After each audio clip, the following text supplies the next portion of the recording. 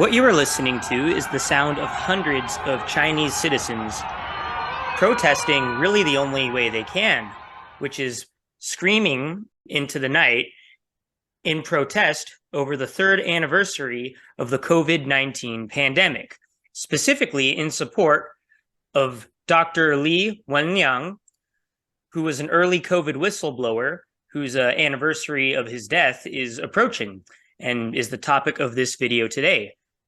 Hello, everyone. Welcome to the Barefoot Lawyer Reports. My name is Will Deathridge, the producer, and joining me as always is Chen Guangcheng.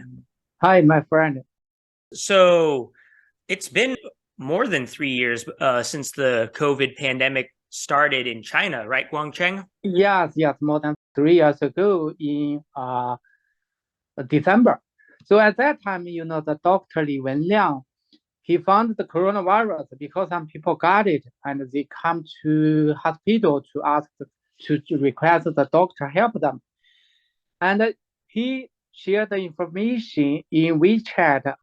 When the company Li Wenliang shared the information to public on the internet, the company ordered the police to take him to the police station and request him write something to say sorry.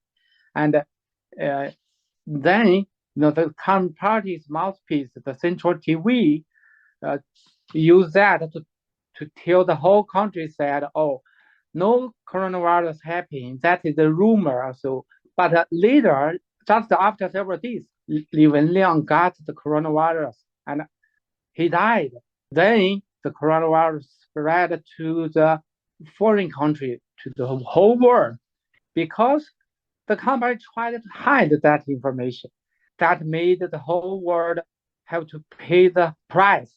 Now, on January 15, the Wuhan people tried to celebrate Dr. Li Wenliang. They protest by shouting from their building or their windows. So to summarize, in December of 2019, this doctor was starting to circulate over WeChat, the popular Chinese messaging application, that there was this scary new disease that was circulating. The Chinese Communist Party then worked to quickly silence him, and they pressed him into giving a false admission that he had made it up, and it was just a rumor and it was nothing to be concerned about, only for the entire world to be completely ravaged by this disease later. And soon after this all transpired, he died of COVID himself. Now, Guangcheng, I've read here that after he died, that the Chinese Communist Party tried to honor him or celebrate him, pretending like they'd been supporting him the whole time. Is that true? Yes. Yeah, before they tried to punish him, but after he died, the company tried to honor him. And when the company used the mouthpiece to honor him, a lot of Chinese people leave a message to criticize the Communist Party. They ask why before several days ago you used the law to punish him. Now you said you will honor him. Yeah.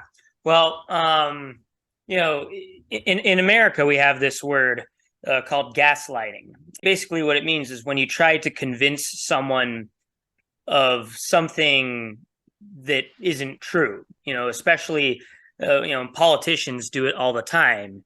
And in this case, it seems like the Communist Party is trying to convince the people that it has always supported Dr. Wenliang's work, when in fact, they'd been the ones who persecuted him the whole time.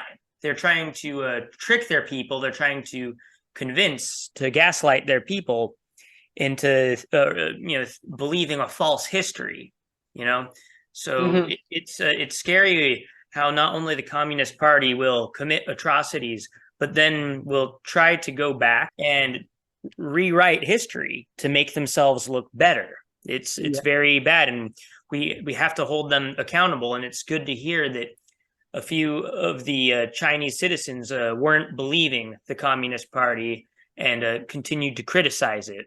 Well, Guangcheng, do you see these protests continuing? We're going to come up with an episode very soon covering some of the New Year's protests that went down earlier this month. But do you think that these protests will continue this year? And if so, how can we Westerners and Americans in particular support them? Yeah, I think that will continue happen. And the Communist Party knows that too. So the Communist Party now try to put the protesters in jail.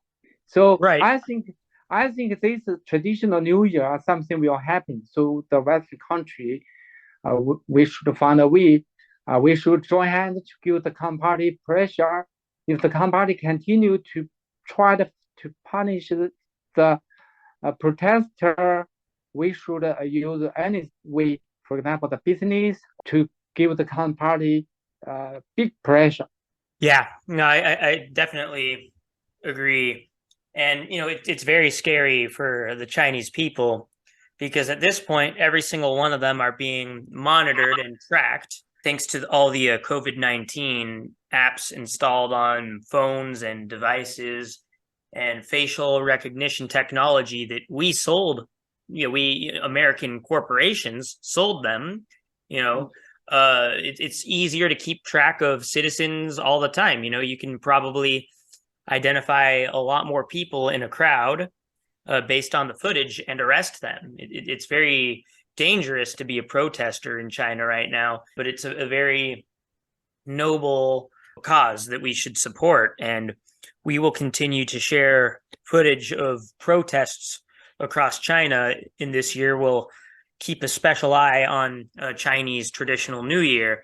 So we urge you to follow us on our social media, as well as on our Spotify and YouTube. All of our links are in the description. And, check out our work at catholic.edu/CHR. Right, Guangcheng? Yes, thank you, my friend. Yeah, the traditional New Year comes soon. So any news happen in mainland China, we will share the news in our website. Thank you.